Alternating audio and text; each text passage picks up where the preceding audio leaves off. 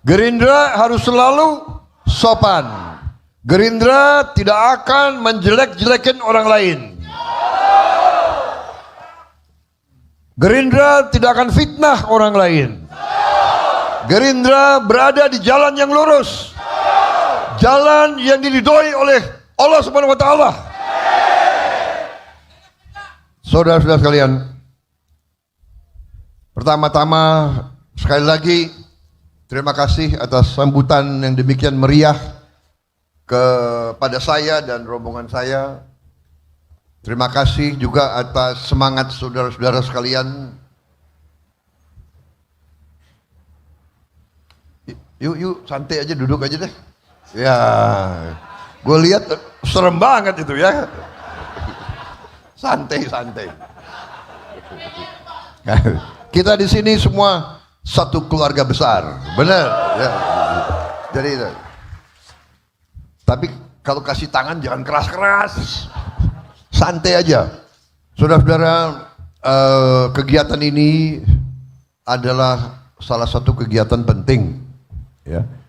Kegiatan penting yaitu bahwa partai kita sekarang harus menyiapkan diri dan menyiapkan semua kader-kader kita di seluruh lapisan, di seluruh tingkatan, di seluruh daerah, dan harus sampai ke tiap rumah, di tiap dukuh, di tiap desa, di tiap RT, di tiap RW, di tiap kecamatan, di tiap kabupaten, di tiap provinsi, di seluruh tanah air Indonesia.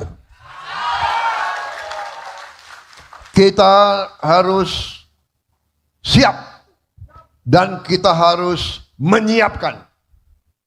Karena saudara-saudara, negara kita sungguh negara besar.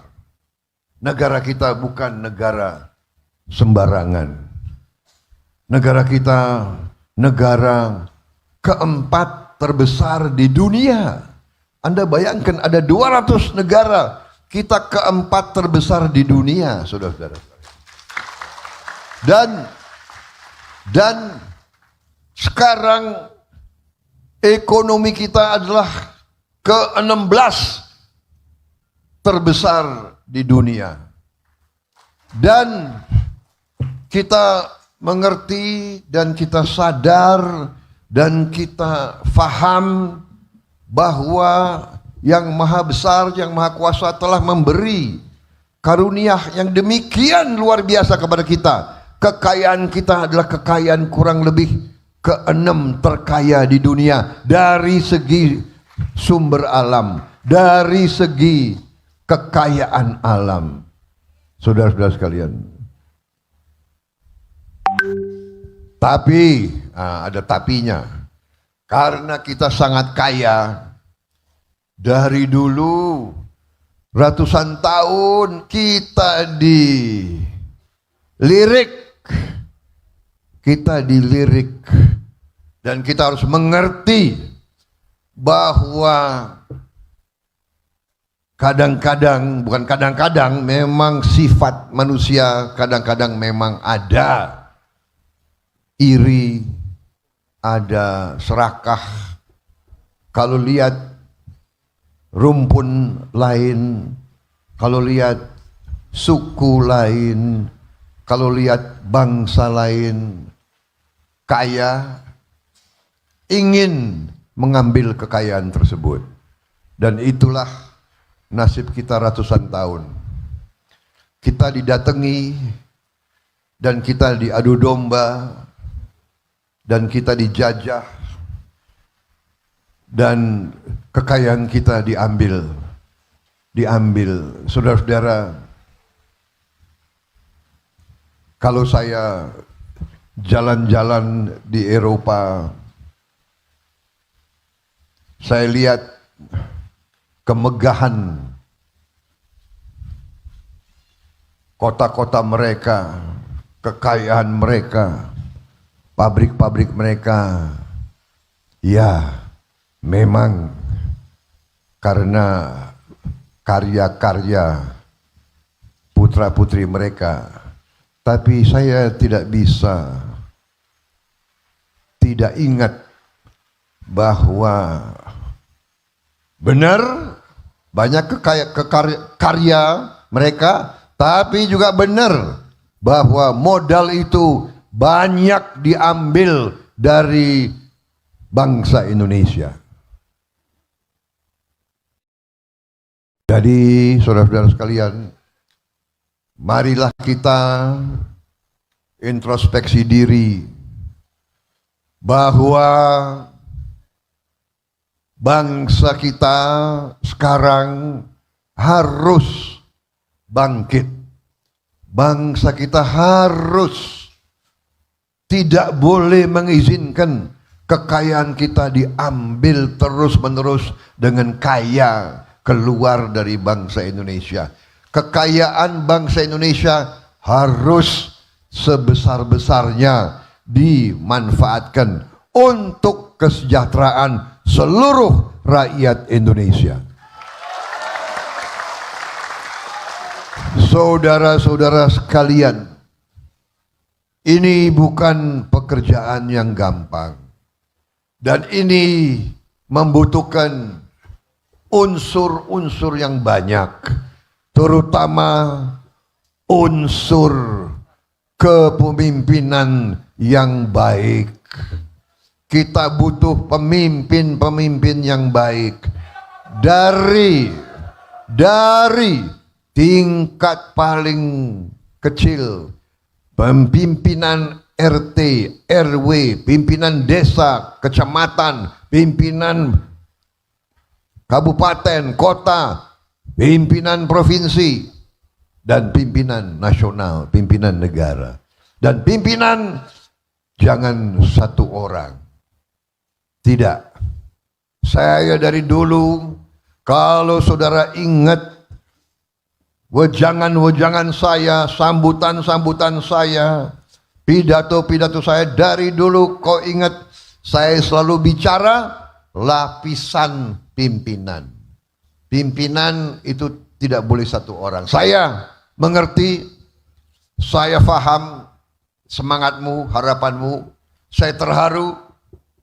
Saudara selalu teriak Prabowo. Saya terharu. Tapi bagi saya itu suatu panggilan. Bagi saya sadar kalian teriak Prabowo karena kalian memandang Prabowo itu bisa berjuang untuk rakyat Indonesia.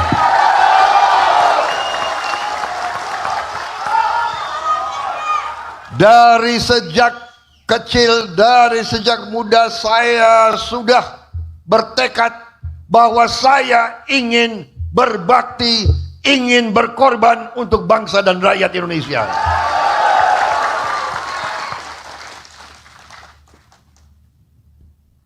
Tapi saya sadar bahwa saya hanya bisa menjadi alat. Saya hanya bisa ikut merintis, ikut kalau dalam pembangunan sebuah gedung, ya kita mungkin, giliran saya mungkin salah satu pengangkut batu. Salah satu pengangkut batu, karena yang kita akan bangun adalah sebuah bangunan yang besar, bangunan negara yang sejahtera.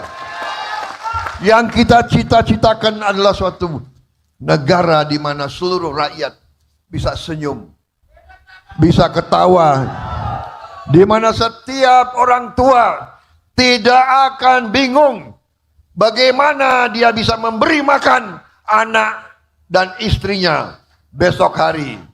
Suatu negara di mana setiap orang tua tidak akan bingung bagaimana mencari susu untuk anak-anaknya. Sebuah negara di mana setiap orang tua tidak akan bingung kemana anaknya akan sekolah. Sebuah negara di mana setiap orang tua tidak akan bingung kalau dia jatuh sakit, kemana dia harus berobat. Sebuah negara yang rakyatnya hidup dalam kedamaian, kesejahteraan, dan dalam kehidupan yang cukup dan yang layak dan yang penuh harga diri. Itu cita-cita kita, saudara. Dari awal cita-cita Gerindra besar, cita-cita Gerindra tulus, cita-cita Gerindra adalah untuk membuat negara kita negara yang adil dan negara yang makmur, saudara-saudara sekalian. Karena kita mengerti tidak mungkin ada kemakmuran tanpa keadilan.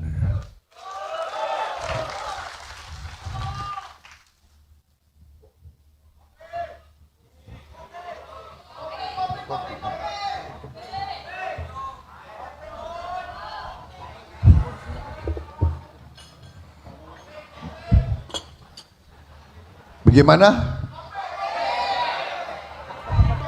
Cukup ya? Cukup ya? Saya minta izin minum kopi dulu.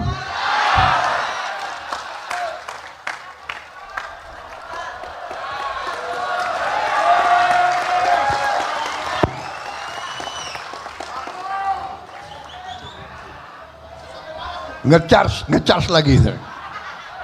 Saudara-saudara, tadi juga saya baru diingatkan di Bekasi hadir juga sekjen kita Pak Haji Ahmad Muzani, Wakil Ketua MPR RI, hadir di Kota Bekasi. Dan begitu banyak tokoh lain, saya minta maaf saya tidak sebut satu persatu. Bagaimana yang di belakang, bisa dengar suara saya?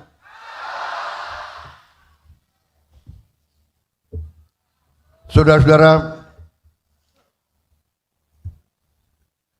bangsa kita, sebagaimana saya tadi sudah singgung, berada dalam kondisi yang cukup menentukan, dan kita juga harus bersyukur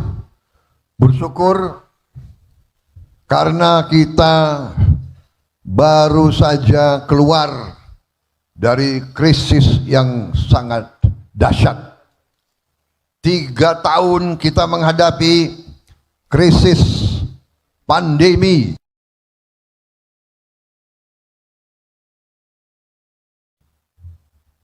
Berhasil menurunkan seluruh kehidupan ekonomi dunia. Kita bersyukur bahwa Indonesia termasuk negara yang lumayan cepatnya pulih dari keadaan terjelek akibat wabah COVID-19 itu. Kita bersyukur. Saudara-saudara, sering bangsa Indonesia dianggap remeh oleh bangsa lain. Sering bangsa Indonesia dipandang rendah oleh bangsa lain. Waktu kita kena COVID, banyak negara meramalkan Indonesia akan kolaps, bahwa kesehatan kita tidak mampu mengatasi,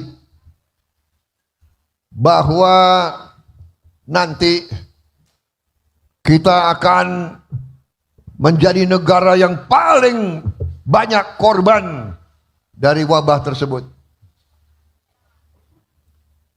Tetapi alhamdulillah, kenyataannya adalah bahwa kita termasuk diakui oleh PBB salah satu negara yang paling cepat pulih dari pandemi tersebut. Dan ini adalah karena adanya kepemimpinan yang baik, karena ada pemerintahan yang baik. Dan untuk itu saudara-saudara, di mana-mana saya mengatakan kita harus berani dan kita harus mau untuk mengakui kepemimpinan Presiden kita, Presiden Joko Widodo. Karena ibarat sebuah kapal, kalau nakodanya tidak benar, kapal itu tidak akan selamat, tidak akan sampai tujuan. Saudara-saudara sekalian, dan karena itulah beberapa tahun yang lalu, waktu saya diajak beliau untuk bergabung demi negara, demi bangsa, demi rakyat, saya putuskan saya bergabung demi keselamatan bangsa Indonesia. Saya pernah bertanding lawan beliau, saya pernah bersaing, tetapi di ujungnya hanya satu pikiran kita, bagaimana kepentingan, keselamatan, kesejahteraan, kemakmuran bangsa dan rakyat Indonesia. Itu pikiran kita, tidak ada pikiran lain. Dan alhamdulillah, dengan kita bersatu telah kita hasilkan keamanan, kedamaian, stabilitas. Dan saudara-saudara, ternyata dalam sejarah manusia tidak pernah ada negara yang makmur, negara yang sejahtera tanpa perdamaian, tanpa stabilitas, tanpa kerukunan, tanpa kerjasama di antara semua pimpinan negara tersebut. Itu pelajaran sejarah. Dan marilah, janganlah kita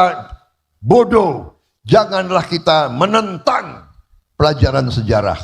Mereka yang tidak mau mengindahkan pelajaran dari sejarah, mereka akan gagal, mereka akan mengalami keruntuhan, mereka akan mengalami penderitaan. Saudara-saudara, itu pelajaran sejarah yang kita hadapi. Marilah kita lihat contoh banyak negara. Hari ini, detik ini, sebagai contoh, kita lihat saudara-saudara kita di Sudan, negara yang sangat kaya, punya minyak, punya gas, punya lahan pertanian yang luas, produksi kapas, produksi gandum, emas, tapi sekarang hancur oleh perang saudara. Perang saudara karena dua pimpinan tidak bisa rukun, tidak bisa kerjasama. Saudara-saudara, marilah kita lihat di negara-negara lain, hampir sama.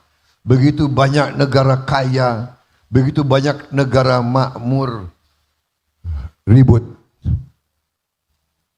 Saudara-saudara kita di Myanmar terlibat perang saudara. Saudara-saudara kita di banyak negara, tidak perlu saya sebut satu persatu, terus menerus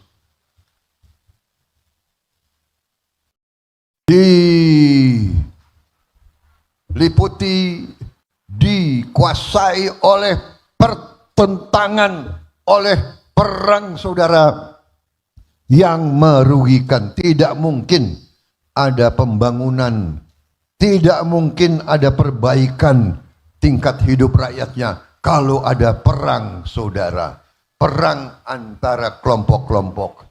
Karena itu saudara-saudara, sangat penting kader-kader Gerindra harus sadar, harus memahami ini. Marilah kita selalu menghindari perpecahan. Marilah kita selalu menghindari kebencian. Jangan membenci orang lain, jangan curiga sama orang lain. Waspada harus, tapi jangan menebarkan kebencian. Jangan reaktif, jangan mau dipancing, jangan mau dibikin marah. Ini sangat sulit. Ini tidak gampang. Saya mengerti, ya. Saya paham. Tapi di situ kunci daripada pembangunan bangsa Indonesia.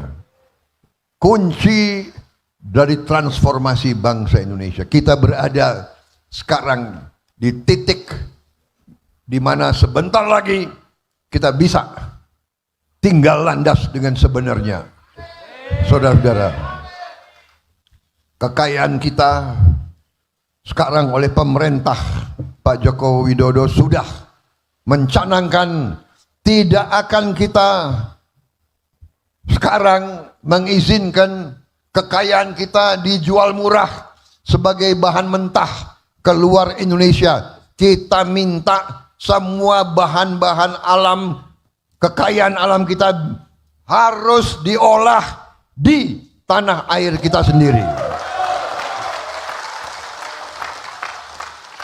Nikel kita, boksit kita, tembaga kita, emas kita, semua kekayaan di darat dan di laut, di bumi dan di air harus diolah di Republik Indonesia. Supaya anak-anak kita bisa bekerja dengan baik, dengan haji, dengan gaji yang cukup. Kita tidak mau rakyat kita selalu UMR, kita tidak mau. Kita mau rakyat kita mendapat penghasilan yang layak, penghasilan yang terhormat. Kita harus hilangkan kemiskinan dari Republik Indonesia. Selama ada kemiskinan, sesungguhnya kita belum merdeka sesungguhnya. Bangsa yang merdeka adalah bangsa yang bisa memberi kehidupan yang baik untuk rakyatnya, saudara-saudara. Saudara-saudara sekalian, kalau bahan-bahan ini di depanmu, di slide itu hanya sebagian dari kekayaan kita. Sebagian kecil, masih begitu banyak lagi. Anda bisa bayangkan, kalau sawit, kelapa sawit, kalau kita olah di Indonesia, turunannya ada kurang lebih 59 turunan. Satu turunan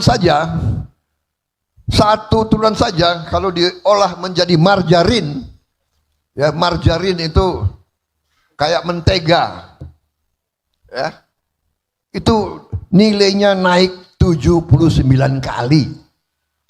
79 kali. Kalau nikel diolah, nilainya bisa naik 67 kali. Boksit diolah menjadi panel surya, naiknya 194 kali, saudara-saudara sekalian.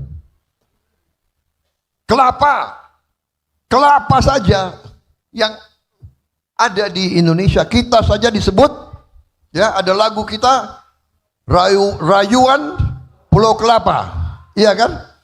Kelapa kalau diolah di Indonesia nilainya tambah 18 kali. Karena itu saudara-saudara, kita harus yakinkan rakyat, berilah kepercayaan kepada Partai Gerindra. Berilah kepercayaan kepada Prabowo Subianto yang sudah dirintis oleh Pak Joko Widodo. Kita teruskan, kita tingkatkan, kita bangun Indonesia untuk semakmur-makmurnya demi rakyat Indonesia.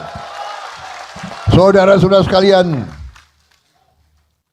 memang kalau kita tiap kali menghadapi pemilihan, ya, banyak politisi tampil dan selalu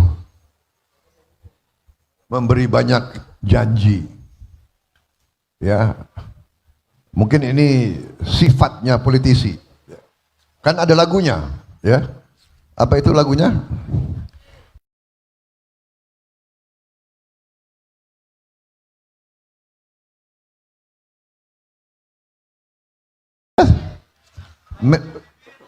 Lain di bibir, lain di hati.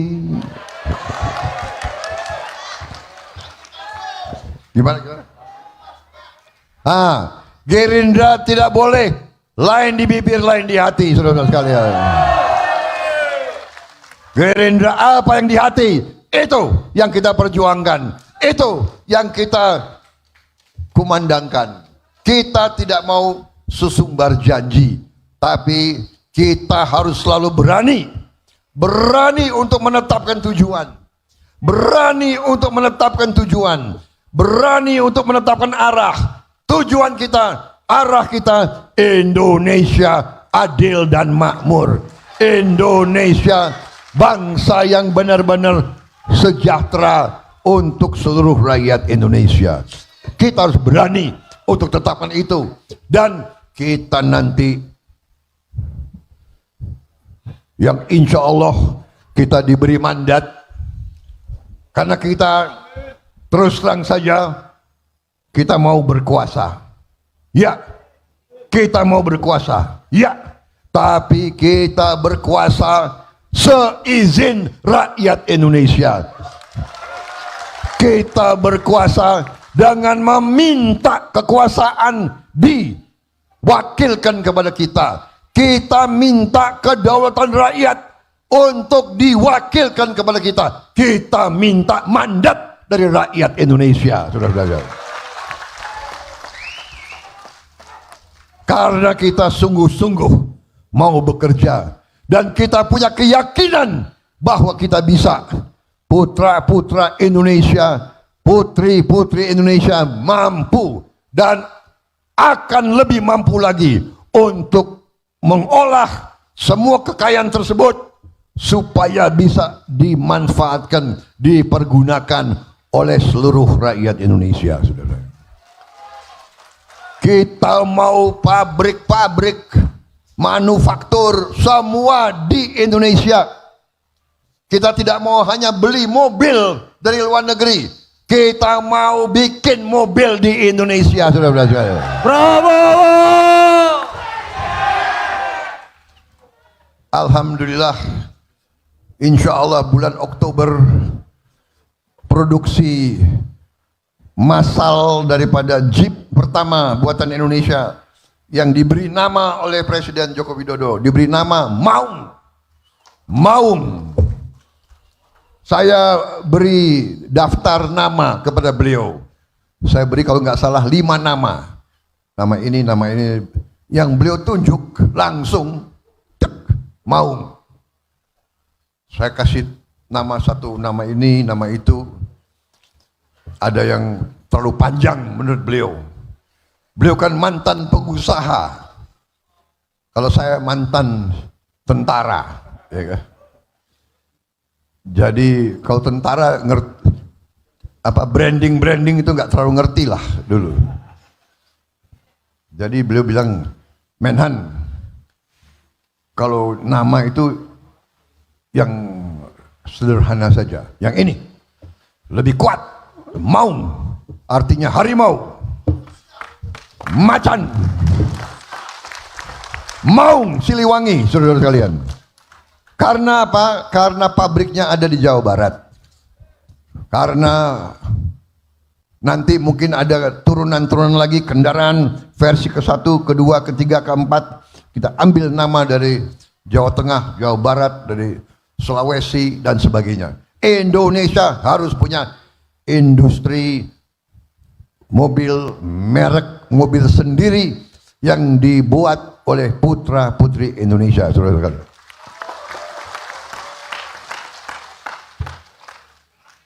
Demikian juga motor Indonesia, demikian pesawat, demikian semua kita akan bikin di Indonesia, saudara-saudara sekalian.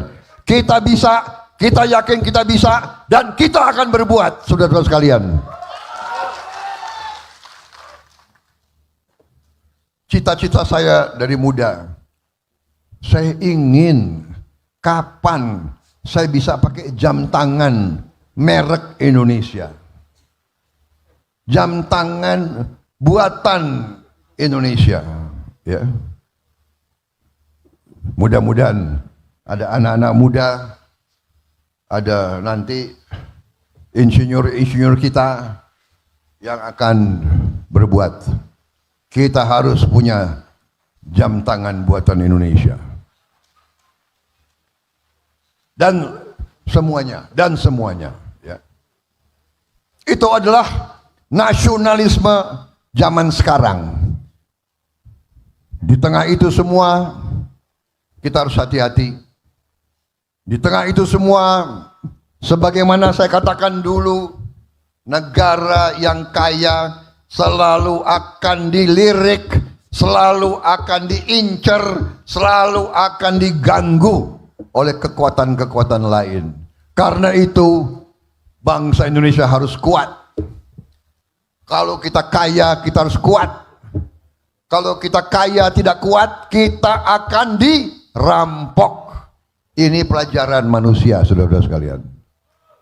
Jadi saya heran, di tengah kita mau membangun kekuatan, ada yang mengatakan, untuk apa sih punya tentara yang kuat? Ini nalar atau tidak ya? Kadang-kadang seolah-olah pinter tapi nggak pinter. Punya gelar tinggi tapi outputnya kok mengherankan. Negara keempat terbesar di dunia, tentaranya salah satu yang terkecil di dunia. Singapura, tetangga kita, negara hanya 5 juta, pesawat tempurnya lebih banyak dari pesawat tempur Indonesia, saudara-saudara sekalian. Lebih banyak dan lebih canggih lagi.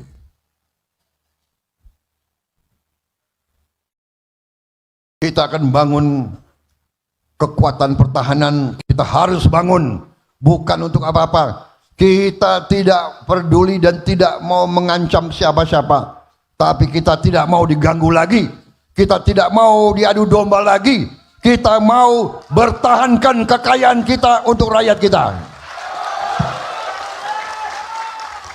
Dan kalau ada yang mau menghardik Prabowo, yang mau mengkritik dengan apapun bahwa Prabowo mengada-ada, membangun kekuatan, saya tidak ragu-ragu.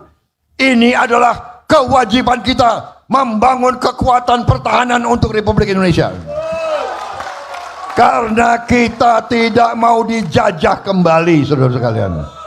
Saudara-saudara, penjajahan sekarang bukan kayak dulu. Ada penjajahan gaya baru.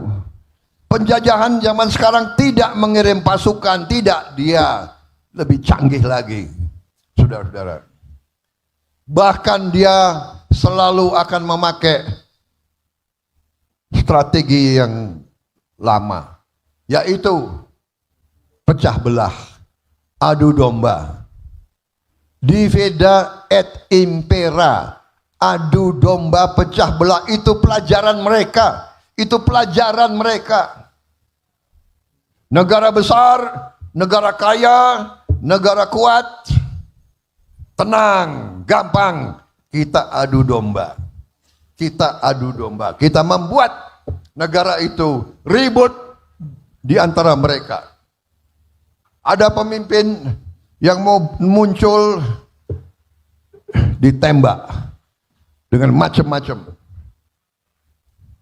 Saudara-saudara sekalian, karena itu inilah salah satu yang kita sedang perjuangkan. Saya kira jatah saya bicara sudah cukup. Saya sudah bicara tadi berapa? Sudah 1 jam. Sudah 1 jam saya bicara, saudara-saudara sekalian. Saya tahu kalian kepanasan di belakang itu. Betul?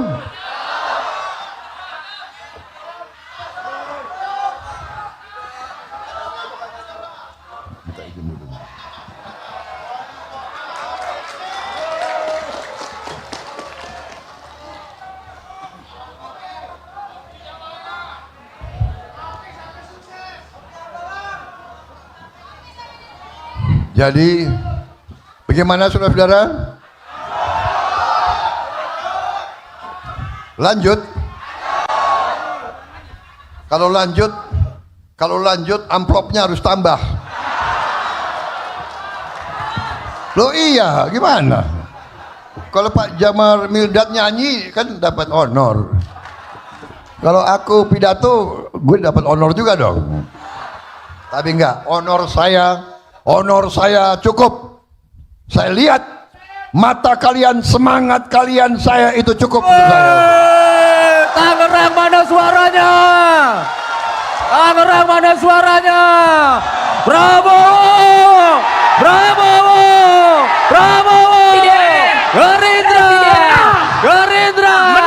Gerindra! Jadi saudara-saudara, karena kalian sudah semangat, berarti kalian sudah paham cita-cita kita, sudah paham program kita, sudah paham strategi kita, sudah paham arah kita, benar? Jadi berarti tugas saya sudah selesai. Bagaimana kalau kita dengar Jamal Mirdad nyanyi? Saudara-saudara, kenapa? Gerindra itu adalah partai kesatria, partai pendekar, partai pemberani, Sri Kandi yang berani, pendekar yang berani. Kalau orang berani itu, orang itu gembira. Jadi bagi kita, musik adalah bagian dari kegembiraan kita. Ya, kita nggak boleh jadi partai yang negatif, partai yang caci maki, partai yang cari-cari kesalahan. Kita harus jadi partai yang membangkitkan semangat seluruh rakyat Indonesia.